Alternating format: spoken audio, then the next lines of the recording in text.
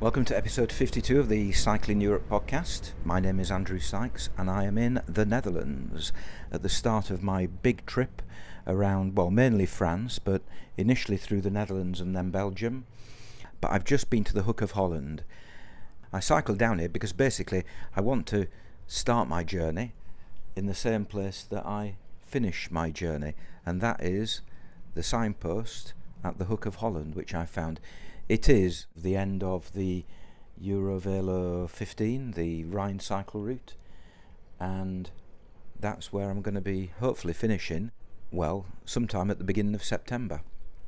And this podcast, or this series of podcasts, will hopefully help tell the story of how I get on over the course of the next few weeks, next couple of months, as I cycle my way around Europe.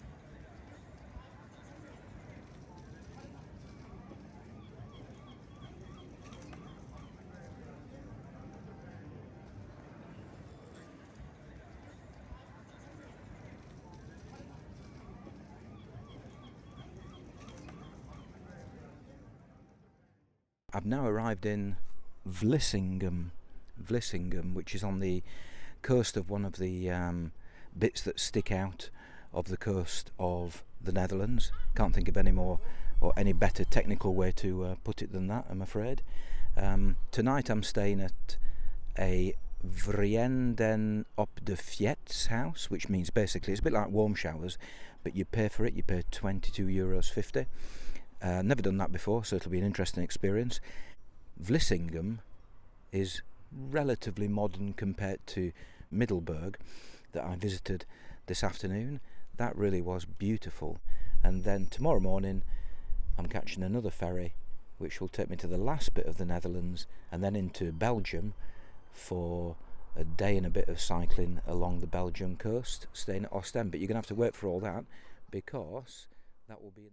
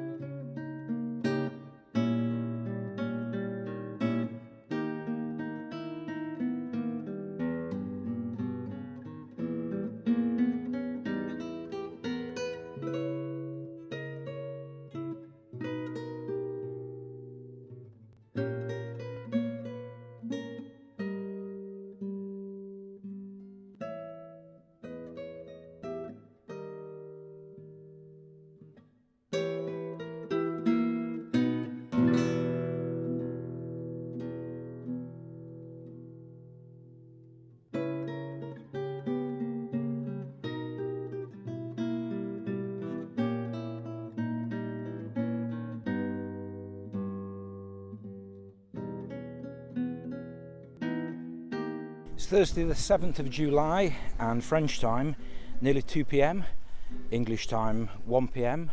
Why is that significant? Well, about half an hour ago, this will give you a time reference, Boris Johnson stood on the steps of Downing Street and effectively resigned. Excellent news. I was watching it from my bike as I had the phone out.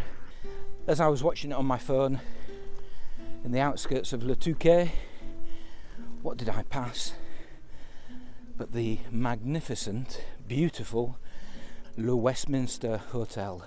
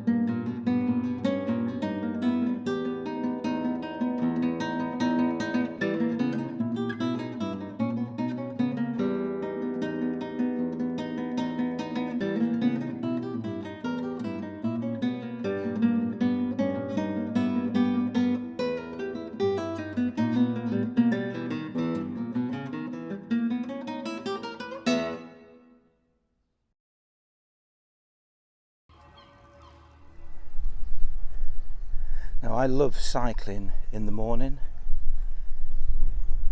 but I especially love cycling on a Sunday morning because it's just really nice and extra quiet. I almost feel guilty recording this and making sounds. Bonjour. Just me, a handful of cyclists out, and a few people in the allotment that I just passed a few moments ago. Now, I've started and I've found the Avenue Verte, the green avenue that actually starts in London and goes all the way to Paris. And for the first day, for today, I think basically, well, I've got a map from the tourist office yesterday in Dieppe, and the route basically heads in a very straight line in the direction of the southeast, which is the direction of Paris, of course. My plan for today is to get to a place called Forges-les-Eaux, where there's a campsite. It's not going to be a very long day, 55-ish kilometres I think. And the only wind that I've got this morning is the wind generated by my movement, which is a nice change from the winds that I was having to deal with when I was cycling along the coast to Dieppe last week.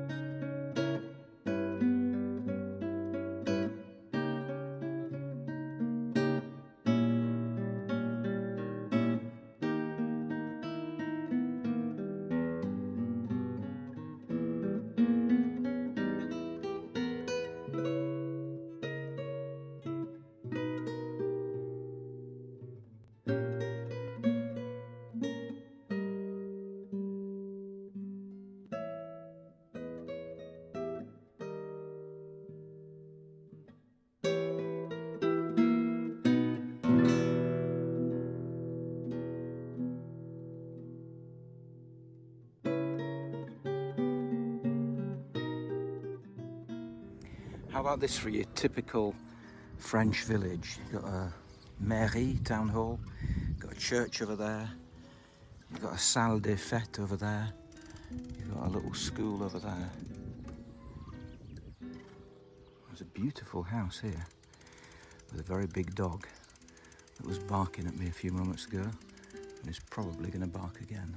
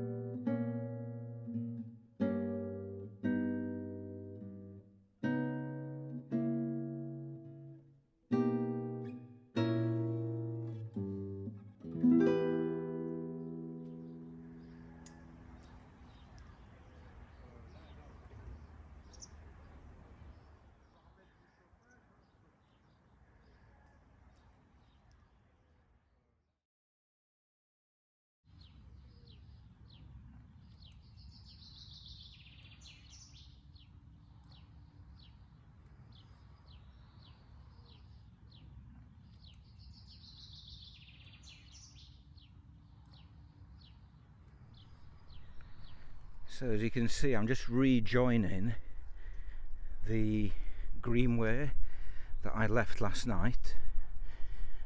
In fact, up here on the right you can actually see the old train station for Dangu.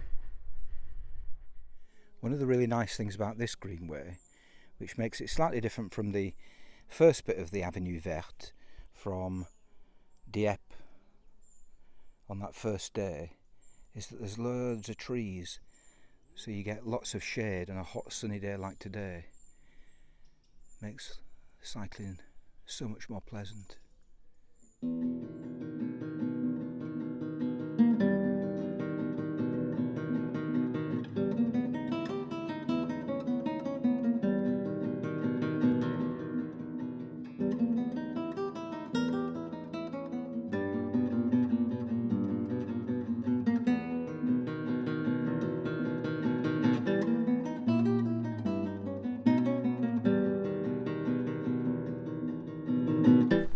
Okay, well, here goes.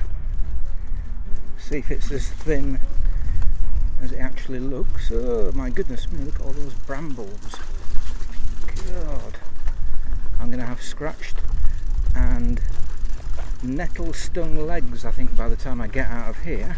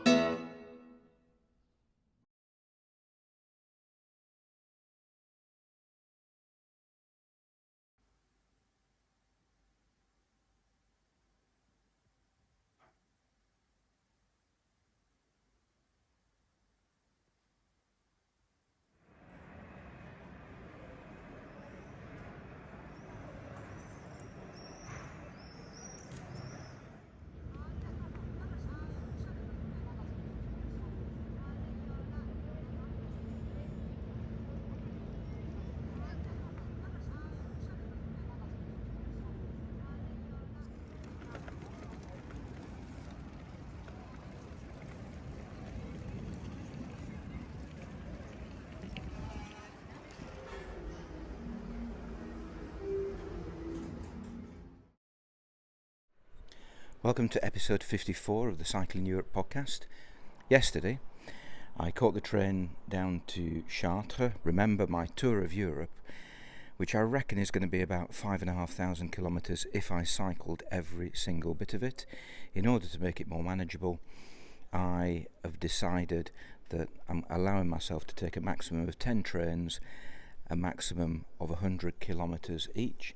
So yesterday I took the second of those trains from the Gare Montparnasse in Paris down to Chartres, which was just under, I hope, just under 100 kilometres. Now, the route that I'm going to be following for the next 4 days is called the Véloscénie. It starts in Paris. In fact, I saw a sign for it yesterday near Montparnasse, and it finishes at Mont St Michel up on the north coast. So that's the plan for the next few days. Having looked at the map yesterday, I reckon it splits down quite well into 4 days of about 60, 70, 75 kilometres each, and it's going to be a festival of municipal camping this week, I think. Stayed in the Camping Municipal.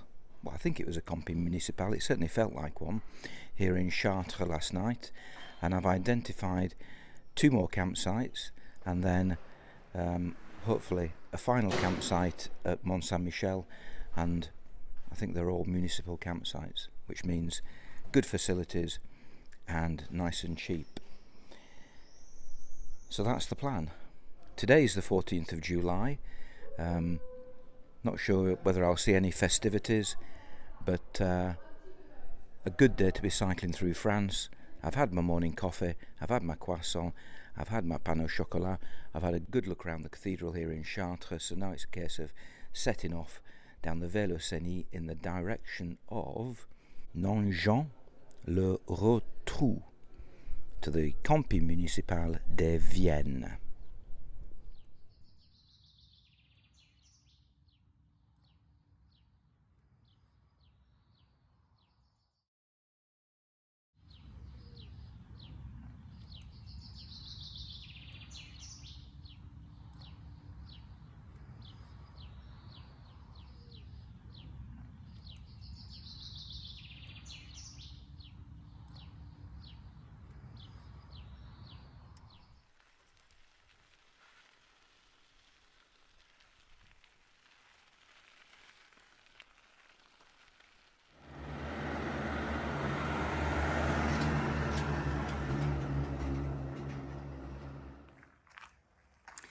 Something tells me that this Voie Verte is a little less, well, maintained than perhaps others so far, but nevertheless, it's still a Voie Verte, a greenway, old railway line, and it's heading in the same direction as the wind.